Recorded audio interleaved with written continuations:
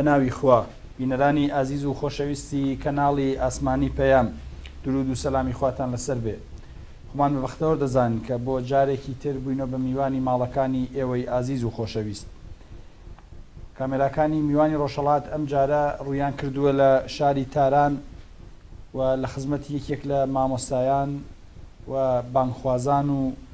کەسایەتیە بەناوبانگەکەی کوردستانی ڕۆژهەڵات کە لە شاری تاراندا ئەنیشێ ئەوی جەنابی مامۆستا دکتۆر محمودی وەیسی داین لە خزمەتی ئێوەی خۆشەویست و جەنابی مامۆستاین. مامۆستا یان سڵاوت عەرز دەکەین و سپاست دەکەین کە دەرفەت پێداین بە خزمەتی ئێوەی خۆشەویست بکەین. بە نەوی خۆی گەورە منیش سڵاوتان عەرز دەکەم، داواکەم هەمیشە لە مەسیری خەیر و سەلاح سەرکەوتوو بن لە خزمەتی ئێوە و بەرنامەکەتان. مامۆستا یان ئێمە وەکو دیارە لە بەرنامەی میوانی ڕۆژهەڵات دەچینە خزمە کەسایەتیەکان لەسەر ژیانی ئەوان و باسکردنی مێژووەکانە لە بە محوەریەتی ژیانی ئەو کەسایەتیانەکە چینە خزمەت. پێمان خۆشە یەکم پرسیار لە بیوگرافی جەنابتەوە دەست پێ بکەین، ئەگەر بکرێت جەنابەت زیاتر خۆت و بنەماڵت بناسیێنێ لە کوێ خەڵکی کوێیت و کوێ لە دایک بوویت. خۆم بە وەکو سەرفەراز دەزانم کا و تەوفیقم نەسیب بوو لەمە خزمەتی ئێوەی بەڕێز و خۆشەویستوە. خۆی گەورە ئینشاءالله تەوفیق بە بتوانین ئینشاءالله ئەوەی کە بەسەر هاتە لە سەرەتای ژیان تاکۆیستە بەعزێک تیش بخەینە سەری گوێ بە وەکو نمونەیەک و میسالێک بۆ زۆر کەسی تر کە لەوانەیە لە ئێمە توانایان زیاتر بێ بۆ بەرکەوتن و سەرکەوتن. من لە مانگی ڕێبەندانی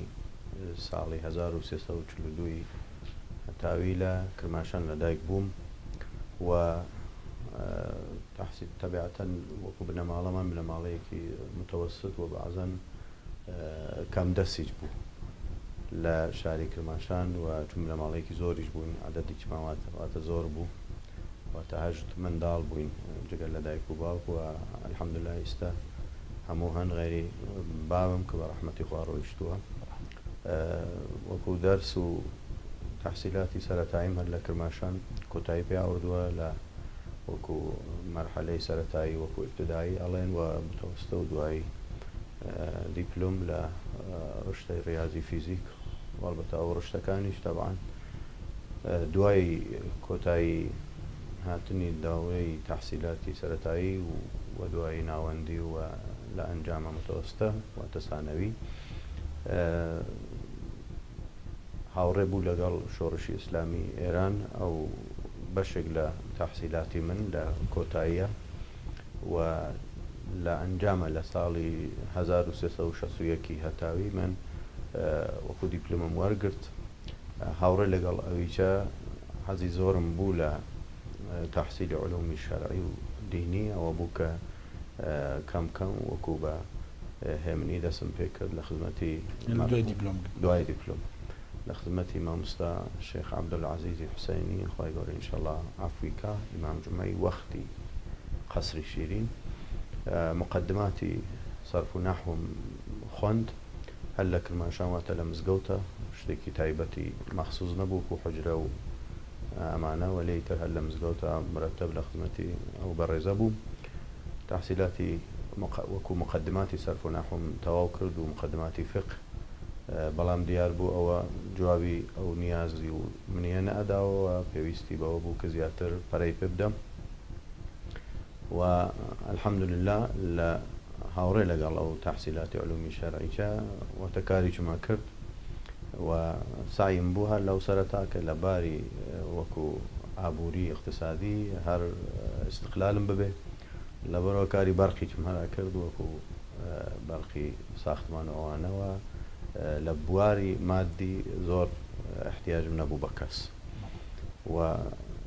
هاوڕێ لەگەڵ ئەو دەرس خوێندنیچە لە مزگەوتەکانی شاری کرماشان بە تایبەت مزگەوتی زەردۆیی کە مزگەوتێکی تری ئەهلی سونەتە لە شاری کرماشان من کەلاسایەکی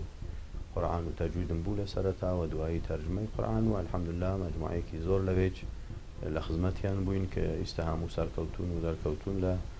وەکو بواری جۆرە و جۆر لە پزیشکی و لە فەنی و لە تجارەت و ئەمانە ئینسانایەکی باشن هەر وەختیچە باش بوونی سەخۆ باشتریشن تەبیعەتەن و هەر لە شاری کرماشانیش عمومەندا نیشتون. هاوڕێ لەگەڵەوە ئیتر گەیشت بۆ ساڵی تقریبان 63 ئەوانە کە ئێمە لە خزمەتی مامۆستای پایە بەرز و بەڕێز مامۆستا سوبحانی تەوفیقمان بوو بگەینە خزمەتیان و لە خزمەتی ئەوانە درێژەمدا بە تەحسیلی علومی شەرعی و هەروەکو دینی و تقریبا دەرسەکانم تا حدودێکی زۆر لە خزمەتی ئەوانە هەر لە سەرف و نەحوی بانتر واتە پێشرەفتەتر و هەروەها ئوسول و فقه و تەفسیر بەتایبەت من زۆر کەڵکم لە خزمەتی ئەو بەڕێزە وەرگرت تا حدودی ساڵی 65 یعنی تقریبا ساڵ و نیوە 2 ساڵێک بەردەوام و بەڵکو زیاتریش و لە دواییش بە شکلێکی وەکو غەیری متصل هەر هەوەختێک بەڕێزیان لە ژیانە بوو و لە خزمەتیا بووین بە شکلانی جۆرێ مەهات کەڵک و سوودی خۆمانمان لێ وەرەگرت و تایبەتمەندێکی تایبەت کە من دەسم کەوت لە خزمەتی ئەو بەڕێزە ئەوە بوو کە ڕەوشی وانەوتنەوەی تەفسیر لە ئەو بەڕێزە فێر بووم و پێویستم بەوە نەبوو کە ئیطلاعاتی تەفسیری لە هەموو کتێبەکە بەڕوەڵاو زۆرە بەڵام ئەوەی کە لە خزمەتی ئەو بەڕێزە من دەسم کەوت جگە لە مەسەلەی ئەخلاق و ئیمان و زۆر شتی تر وەکو کەسایەتیەکی ئیمانی و تایبەت مەسئلەی فێربوونی مێتۆدۆلۆژیە هەمان ڕەوشی تەفسیرکردن و وانەوتنەوەی قورئانی پیرۆز بوو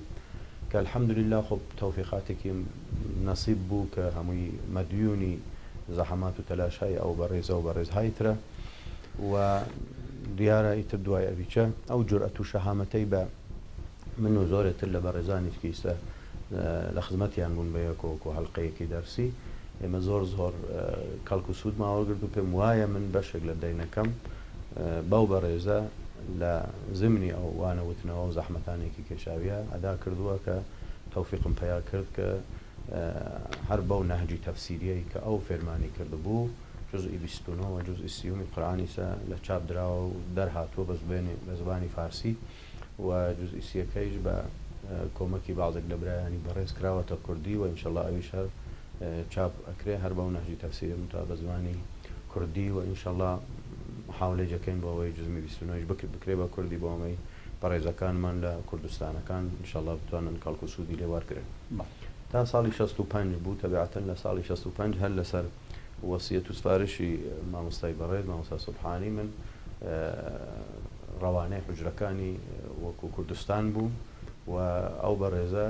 حوجرای سەقزی بۆ من هەڵبژارد و فەرمووی لە خزمەتی مامۆستا ئیمامی خوا ئینشەڵڵا تەمەن درێژی بکات دانیشی باشە و ئەتوانی سود و کەڵک وەرگری تەبیعەتەن من چوون بۆ سەقز لە ساڵی 65 بۆ گەیشتن خزمەتی مامۆستا ئیمامین لە مەحەلەیەک بوو ئەلبەتە ئیسە زۆر بەڵاو بووەتەوە وسعەتی پیا کردو مەحەلەی بەردبڕان ئەو زەمانە لە قەراخی شار بوو و زۆر ئاوەدانێکی تیا نەبوو بەڵام خۆ سەفایەکی بووە و حوجرەمانە چەند نەفەریتر لەو بەڕێزانە لەو حوجرە بوون منیش گەیشتن خزمەتیان لە ساڵی 65 و لەوێ وتیان دەیچیا خوێنی من دەستم کرد بە خواندنی جەمع الجوامع جەمع الجوامعم نەخواند بوو و عەرزی مامۆستا ناسرم کرد کە چی دەست پێ بکەم فەرمووی جەمع الجوامع بخوێنی باشە و لە کتێبە قەدیمیەکانی ئوسوولە و من وەکو ئەساس و بنەماکانی بەهەرحاڵ عەلمی ئوسوولم لە خزمەتی مامۆستا خوانده بوو و جەمع الجوامع هیچ زۆر سەخت نەبوو بەلام و لە خزمەتی مامۆستا ئیمامی و تەوفیقم پیا کرد کە لە حوجرەکەی نیشتەجێ بووم و دەستم کرد بۆ خوێندنی جەمع الجوامع و دوای تەوابوونی جەمع الجوامع کتێبێکی تر هەیە لە فقهی استدلالی بەناوی بدایەة المجتهد و نهایەة المقتصد ابن رشد قورطوبیە کە ئەویشم دوارە لە خزمەتی مامۆستا ئیمامی خوێند لە ماوەی ئەو تقریبا 1 ساڵ و نیوە کە من لە خزمەتیانە بووم لە زمنە هاتوچووی دەری چمە کرد لەگەڵ مامۆستانی دەری حوجرەیش وەکو ارتباطم بوو مامۆستا عەبدولقادری فائز خۆی گەورە بە ڕەحمەتی کە لە ئیمامی مزگەوتی سەلمانی فارسی بوو لە وەختە لە سەقزا لەو حوجرە چوون بۆ خزمەتیان و بازێک کتێبێکم لە خزمەتی ئەوە هەر لەگەڵ بەقیەی فەقیەکان دراسە کرد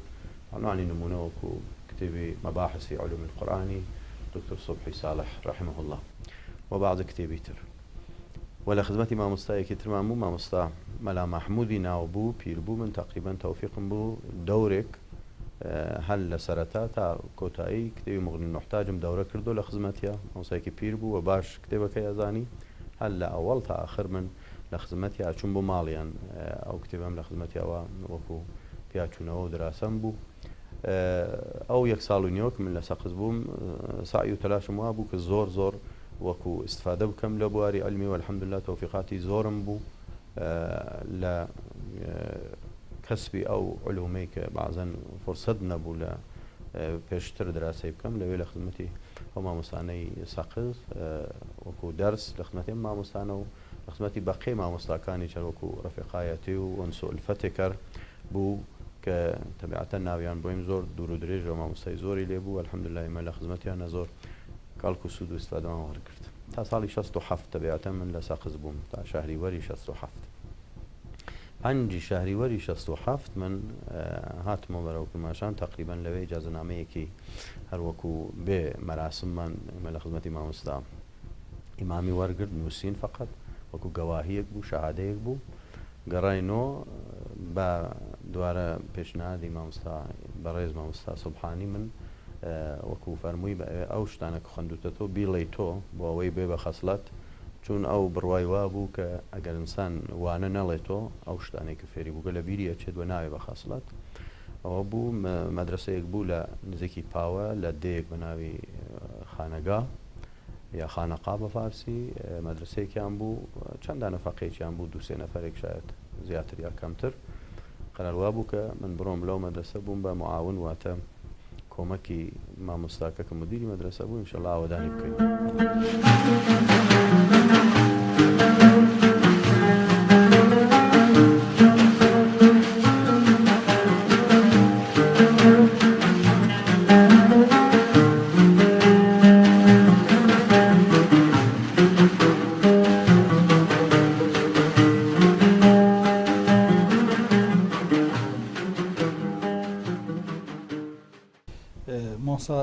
ئیتر جەناب لە ساڵی 67 ئیتر کۆتایی بە خوێندن کۆتاییم بە خوێندن هات لە بواری وەکو علومی شەرعی بەڵام ئیجازەنامەی ڕەسمیم وەرنەگرت تا 2 ساڵ دواتری تا 2 ساڵ دواتر یعنی ساڵی 69 لە خزمەتی مامۆستا مەلا زاهدی زیایی بەڕەحمەت بێ جەلسەیەکی ئیجازەنامەمان بوو لە خزمەتی برایەکی تری بەڕێز کە بە یەکۆ لە خزمەتی مامۆستا ناسەر بووین مامۆستا ئەکرەمی سابقی ئێمە هەردوومان بە یەک و یەک مەجلیسی ئیجازەنامەمان لای مامۆستاش دەرسان خوێندبوو مامۆستا زاهد ئەوان دەرسیان خوێندووە من لە مدەتی ئەو 1-2 ساڵە پێش لە مەجلیسی وەکو ڕەسمی ئیجازەنامە من هاتووشیان مەکرد چوون بەهەرحاڵ من دایکم وەکو پاوەییە ارتباطێکمان هەست لەگەڵ شاری پاوە و لەبەر ئەوە زۆر اعتیادی مرتب لەگەڵ ئەو مامۆستا ئەکرەمە ئەچووین بۆ خزمەتیان بەعزەن مەسائلێکمان مەتراحە کرد بەڵام وەکو دەرسێکی ڕەسمی نەتەوە بەڵام مەسائلی زۆر سەخت و سەنگینی علمی تەبیعەتەن مەتراحە کراوە و ئیشان هەمیشە نەسیحەت و مەوعەزەی بوو بۆ هەردوو مامۆستا بە شتانێکی زۆر ئاماژتدا لە کاتی خوێندن تاکە ئێمە پێمان خۆش بوو بەلەواتەوە ببێ کاتی خوێندنەکە جا بۆ نەسەر ئەو پرسیارانە ئەویش دانێ لەو شانی کە باست کرد ئەوڵ بنەماڵەی خۆتان بوو یعنی وەکو بنەماڵە بەڕای جەنابەت بنەماڵە ئەتوانێت چەندێک تەئسیری ببێت لەسەر پێگەیاندن و تێگەیاندنی مناڵ ئایا ئەسەن نەخشی هەیە یا زیاتر کۆمەلگا و توانایی فەردی خەڵکە ئەتوانێت خۆیان پێ بگەن وڵی بنەماڵە تەبیعەتەن ساحب تەئسیرە ئەگەرچ لەو ظروف و شەرایەتەی کە من هاتم هەر خۆم ڕازی بووم بە شتەکە و عمومەن بنەماڵە زۆر هاوڕێ نەبوون لەبەر ئەوەی کە بنەماڵە تەبیعەتەن وەکو لە فەزایەکی ڕۆشنبیریان نەبێ تەبیعەتەن بیرەکانی بیرێکی مەحدودە بنەماڵی ئەوسا حتا ئیستەیج دوای ئەو هەموو ساڵە عمومی بنەماڵەکان ئەوەی کە وەکو دەغدەغەیانە بۆ منداڵیانەوەتە تەحسیلاتی ئاکادمی گواتە مەدرسەی تەواو بکات و دوای بڕاتە دانشگا و شغڵێک بگرێت و پولێ دەبێت و باڵێکی خۆی بخات و باڵێکی کۆمەکیوان بکات ئەوە دەغدەغەی ئەسلیەوەتە ئیستە ئەگەر انتظاری کۆمەکییان لە منداڵەکەنەوەی ئەڵێن هەرخۆی سەرکەوێت و مستەقل بێت بەڵام خۆ بۆ چوونی من ئەوە نەبوو تەبیعەتەن چون فەزاکەی منیش ئەوە نەبوو خۆی متعال تەوفیقاتێکی نەسیب کرد حتا من ڕشتم ڕیاضی فیزیک بوو على القاعدە ئەماویست بووم بە مهندسێک و خۆی متعال ئاوا ئەسڵەن وەکو تەغییری قەدەرەکەی منیدا ولو هر ئیستەیج هەر علاقەم هەیە بە ڕاضیات و علمی ڕاضی و ئیستەیج هەموو وەختێک بەتاڵۆم هەر بازی کارەکەم بۆ مێ لەبیرم نەچێتەوە شتانە وەلێ ئیتر وەختێک هاتمان بوارە لەو تەوان و هێزەی کە بووم لە ڕشتە ڕاضی زۆر کەڵکم وەرگرت بۆ ئەم علومەکە ئەوە بوو کە لە دەرفەتێکی کەمتر بە پێچەوانەی حجرە و فەقیانی مەکە عمومەن هەر لە سەرەتایی تر دەرسی مەدرسەیان نەخۆندووە تر بۆ فەقیەتی 15-20 ساڵ لەوانەیە بمێنەوە 14 ساڵ 13 ساڵ ئەمانە وەلێ من تەوفیقم بوو کە هەر لە 61 دەسم پێ کرد 69 من ئیجازەم وەرگرت هەموو ئەو کتێبانە بەڵکە زیاتر لەوانیشەوە کتێبانێکی تازەتریش تەوفیقم بوو بەعزەن متالعی بکەم بەعزەن هەر بە دەرس خوێندوم لە خزمەتی مامۆستاکان ولذا بنەماڵە توانێت تەسیری بێ بەڵام لەم بەشە وەکو نەفەر من عەرزەکەم نا بنەماڵە ئەسڵەن هیچ هاوڕێ نەبوو ئەسقەزە لەگەڵ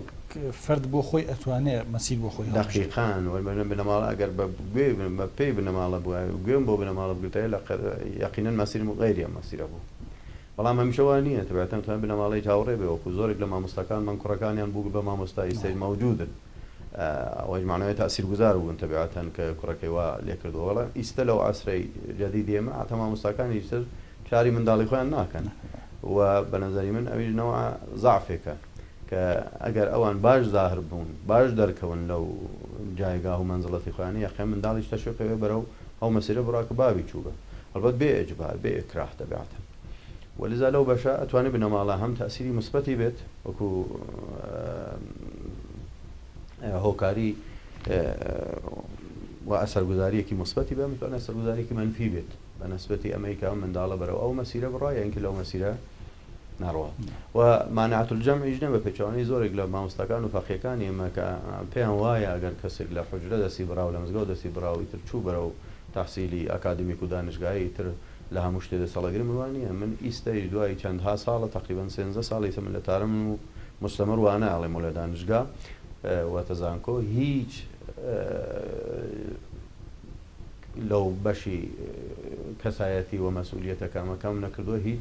هەرچێکی هیچ کاڵک و سوودم وەرگرتووە ئیسە لە دانشگا ئەڵێمە وەکووانە هەمووی هی حجرە وگەن مۆسا بینە سەر باسی کاک نەسر هەمی کاک نەسر وەکو دیارە جەنابێکێک لە شاگردە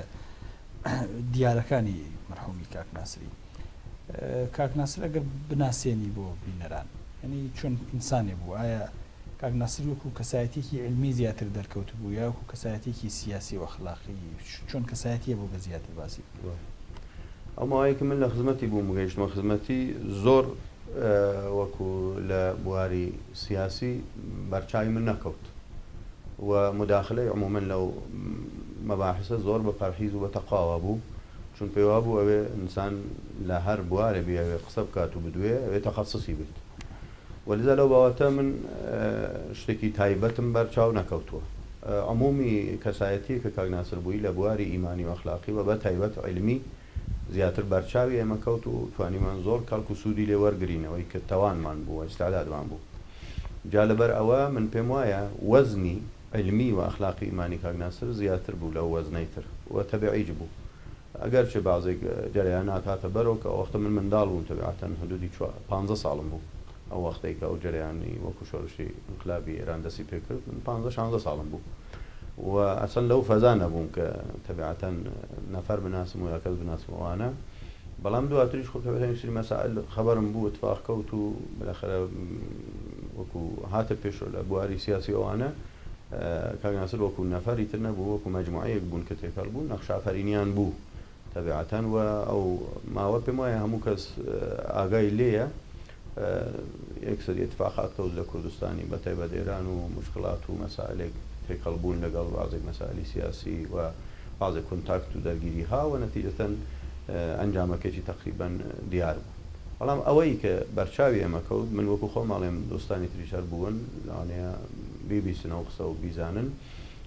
ئێمە وەکو کەسایەتێکی علمی و ئیمانی ئەخلاقی لە خزمەتی مامۆستا بووین و ئەوەی کە بە پێویستمان نەزانی لە کەڵک و سوود وەرمان گرت و حەزیچمانە ئەو دەینە وەکو ئەدا بکەین و تا حدودێکی زۆری الحەمدوللا من وەکو خۆم و بۆ چوونی خۆم ئەڵێم بێتەوفیق نەبووین باش و بێتەوفیق بووە لەو بابەتەوە الحەمدوللا ئەو وانانەی کە خوێندومانە لە خزمەتیەوە وەکو دەرس وتومانە تۆ بە نسبەتی کەسانێکی ترەوە مانەتەمان منتەقل کردووە بۆ نەسلی دواتر و نەسلی حاضر إصلاحي حجروي هي مثلا الفقيه لفقيه كبرسالة ما مصالة علمي كازيات المتبحي ما مصالة ناس لا علمي كازيات التبحري پێم وایە لە علومە مختلفەکە بەڕاستی ئەو غەوری زۆری کردو و عمقی باشی پیا کردو بەڵام هەموو ئەو شتانەی کە وەکو مەهارەت و عمقی تیا پیا کردو لە خزمەتی علمی تەفسیرەدا دای نابوو و ئەو عمق و بۆچوونەی کە ئەو لە تەفسیری ئاياتی قورئان بووی ناڵێم بێنەزیر و لێ کەم نەزیر بوو وەختێک ئینسان تەواشای تەفاسیرێکە کە هەر لە سەرەتا نووسراوە تاکو ئیستا لە بعضێکیانە عمقی زیاتر ئەبینێت لە بعضێکیانە عمقی کەمتر وەکو پرسیارێکم لە خزمەتی بەڕێزیا وەختی خۆی مەترەحمان کرد کە بە هەر حاڵێەوە ئێمە ئەوێ کتێبێکمان بووێت وەکو مەرجع چاوی لێ بکەین لە تەفسیرە ڕێنمونیەکمان فەرمووی من سێ تەفسیرتان وەکو پێشنهاد دەکەم سعی بکەن دراستان زۆر بێتە لە بەشی قەدیم متەسمانکە بە تەفسیری قەدیم و پاکیش بێت و خاوێن بێ لە خورافات و شتانی غیری علمی و غیری وەکو قورئانی تەفسیر روح المعانی علامەی ئالوسی لە واسطی بینی قەدیم و جدید تەفسیری المەنار و لە جدیدیشە تەفسیری فی ظلال فعلا و پێم وایە دوای ئەو هەموو ساڵە کە تێپەڕی کردووە تاکو ئیستە لەو قسە ئەگوزارێ پێم وایە هێشتا هەر ئەو قسە وەکو سنخیەتی من بۆ زۆرێک لە کەسانی تریشە پێشنهادی ئەو سێ منبعم کردو وەکو تەفسیر وەجهی اشتراکی ئەو سێ تەفسیر ئەوەیە کە ڕەوشی تەفسیرکردن ئەوەی کە کاک ناسر زۆر خۆی ئیسراری بوو لەسەری بە ئێمە فێرەکات و ئەگەر ئێمە ڕەوشی تەفسیری قورئان فێربین زۆر سەرکەوتووترە بین تا بڕۆیندەدا تەفسیر متالعە بکەین و نەقلیان بکەین و وەکو ئەڵێن دوو جۆر تەفسیر ئەتوانین ئێمە بمان بێت سەبارەت بە قورئان کە من پێم وایە ئەم تەقسیمی منە وەلێ ئەمەوێ کاک ناسر لە بەشێک لەوەی جێ ببێتەوە وەکو بەقی تەفسیرەکانیت تەفسیرێک کە بریتێ لە وەکو فارس ئەڵێ خۆشەچینی واتە بڕۆیتە ناوی باخ و بۆ خۆت میوە لە درەختەکان جیاکەیت و بیخۆی گوڵبژێری تەفسیرێکی تر هەیە تەفسیری باخەوانیە ئەمەی کە ئینسان باخەوان بێت واتە نەمامەکە بنێژێت و چاوەڕوان بێت خزمەتی بکە دەوری بگرێ بۆ ئەمەی بوێ بە درەختێک و سەمەر بدات من پێم وایە کاک ناسر و زۆرێک لە مفەسرە بەرزەکان وەکو خۆی معرفی کردووە علامەی ئالوسی علامە ڕەشید ڕەزا صاحبی المەنار و سەید خود بۆ ئەمسالی ئەوانە کەسانی بوون باخەوان بوون لە علمی تەفسیرە ئەنیشتی تازەیان پێبوو و لە حقیقەتان نەمامیان خۆیان نێژد بوو لە خزمەتی نەمامەکەیان کردبوو بوو بە ئەو درەختێک کە ئەو سەمەراتەی ئەدا تؤتی أكلها كل حين بإذن ربها يعني همو ساتو همو وقتك سمري خوينا دا بإذن ربها ولي أو تفسيران يترأى أو جوازيان هذا قال تفسيري باخوانيك لحقيقتها أم تفسيراتو بعضك لو تفسيرات لي خواندو داينيا بالتفسير بناوي خوي وعموما زور كالكو سوديان لسر سفرة يكتر لا يكتر وارقدك كمتر لناوي أو مفسرانا هذا سرطات تاكو إستا باخوان هيا من الله مفسر أتواني باخوان به أتواني خوشچین بيت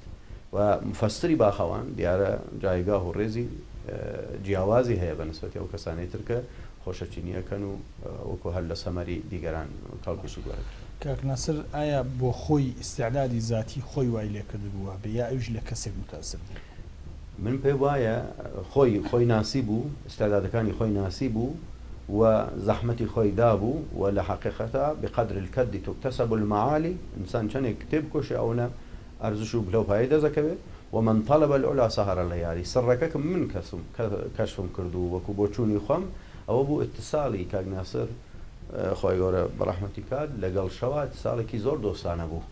دجمني شو نبو دوستي شو بو و وكو مولوي تاوغوزي الين ارادم اذا ويك هالبوسا شونالين وشن ولاي دوسوا ام شونالين لا خدمتي دوس بتعبير مولوي يكل مصادقي كاك ناصر بو وخويا يفرموا إن ناشئة الليل هي أشد وطئا وأقوى مقيلا ناشئة الليل بفيشواني زورق لمترجم ومفسر كان كجوري كتر معناها كان بريتيا لنفسك لدلي شوا پرورده بوا نفسي پرورده بو لدلي شوا لخدمتي شوا مدرسي ليل ناوي مدرسة ليل يا ليل قيامك مدرسة فيها القرآن يدرسني يعني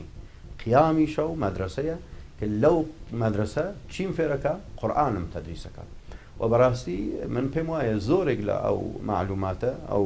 عمقا کە پەیای کردبوو مامۆستای بەڕێز فرەیەکی لە قیامی لەیل و بوون لەگەڵ شەوە و لە خزمەتی مەدرسەی شەوە دەستکەوتووە تەوسیەی زۆری ئێمە کرد لەسەر ئەو نەهج و ئەو ڕەوشتە و پێم وایە بەقی شتەکانیش تەبیعەتەن مطالعە و غەوری زۆری بوو کەمتر تەفسیرێک بوو کە مطالعی نەکردبێ ورد کەمتر وەکو علمێک نەبوو کە مطالعی نەکردبێ ورد و پێی وابوو ئەگەر ئێمە عمقمان بوو باشتر و زۆرتر سەرەکەوین تا ئەگەر عمقمان نەبێت و ئەر سەتحی تەواشەی شتێ بکەین و نەقلیکەین نەقلکردنیش خۆی علمێکەوە ئەمانەتێکە بەڵام هیچ وەخت ئەو نەقلە ناتوانێت نەقلێکی مؤثر بێ مەگەر اینکە پێشترەوە عمقێک لە فەهمە اتفاق کەوتویت وا مەشهور ئەڵێن کاکناسە زۆر کەم ئیستراحەت بوو یعنی زیاتر کاتەکانی مەشغوڵ بوو جەنابەت ئەوەی کە ئەگەر وەکو بیرەوەریشتی کاکناسر لا لە بیرەوەری وەڵا زۆر دەقیقەن هەروایە بەعنوانی نمونە من شەوێک لە خزمەتیا بووم ئەو ساڵانەی پێشوو کە وەختی خەو ئەگەیشت و تەبیعەتەن من لە ڕۆژە زۆر کارمە کرد و تەنها یەک کاریش نەبوو هەم دەرسمە خوێندم کارمە کرد و ئەمانە زۆر ماندووە بووم و بە سورەتی تەبیعی وەختێک کە ئیتر زمانی خەواگەیش من جێگەکەم ئاورد و دام ئەنا ئەیفەرموو هینەکەی من باز نەکەیت تۆ بخەوە و من ئەخەوتم و بەیانی هەڵەسام جێگەکە هەر باز نەکرا بوو ئەسڵان معمولەن ئەو هەر بە دانیشتن خەوی پێیا کەوت کەم من بینیگمە مەگەر اینکە نەخۆش کەوتوێت کە ڕاکێشا بێ بە ڕاکێشا من نەمبینی بوو مطلق مەگەر نەخۆش بێ وەگەرنە عموم حتا لەسەری دەرسی بەعزەن خەویا هات ئەیوت 5 دقیقە بە دانیشتن ئەخەوم ئەخەوت 5 دقیقەکە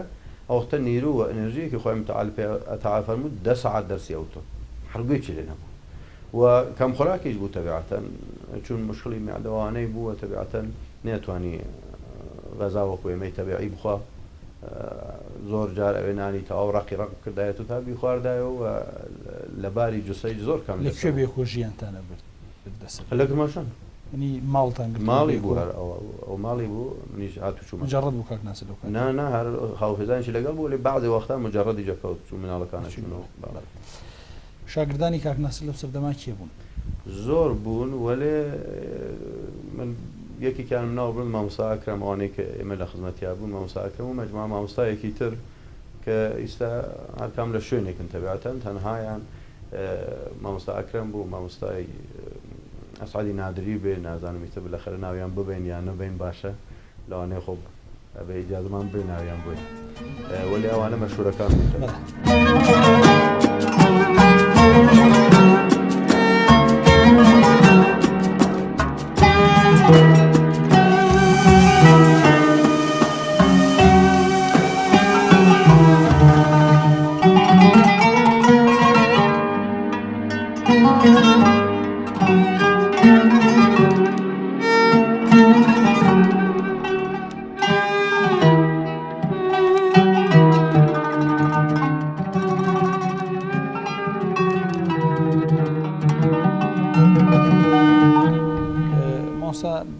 باسی شۆڕشی گەلانی ئێرانت کرد لەو کاتە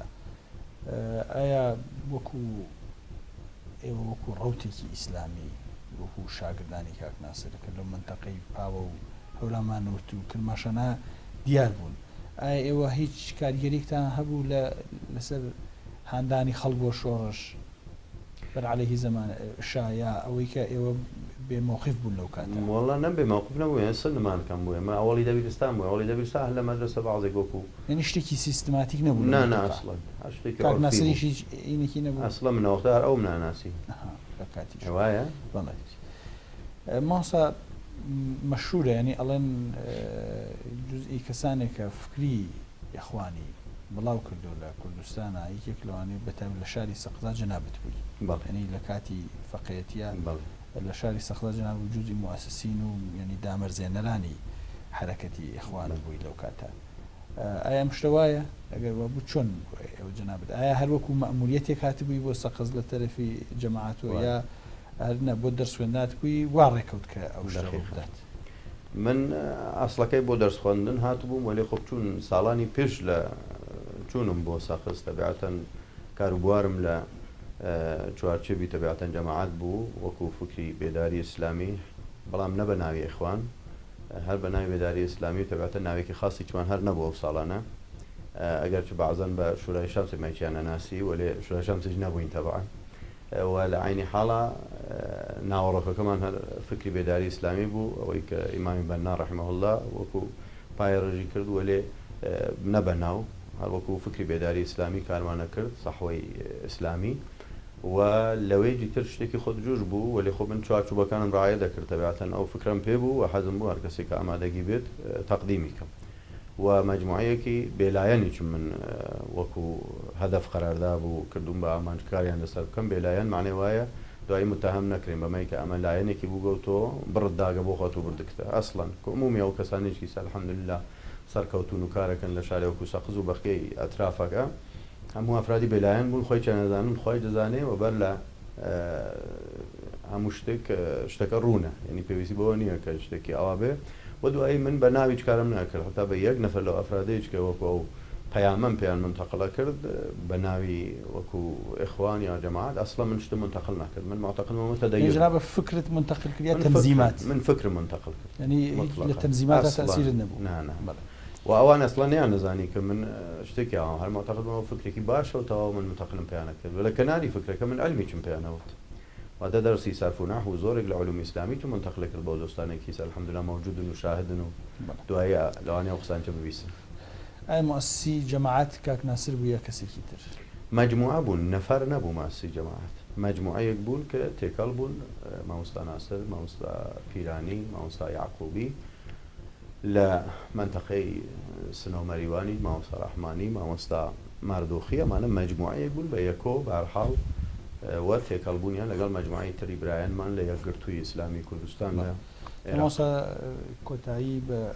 کاتی بەنامەکات انشاءالله لە ئەڵقەی داهاتوە سەر ئەو باسێک کە هاتنی یەکگرتوو بۆ کوردستان و منتەقەی پاو و تەسیلاتی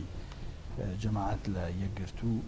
انشاءالله بە تەفسیل باسی ئەو بابەتەکەین. بینەرانی ئازیز و خۆشەویست سپاس و ماڵاوایتان لێکەین کە تام کاتە بینەر و بیسەری بەنامەکەمان بوون تا کاتێکی تر و بەرنامەیەکی تر هەموو لایەتان بەخوای بەرزی بێ هاوتاز بێرم.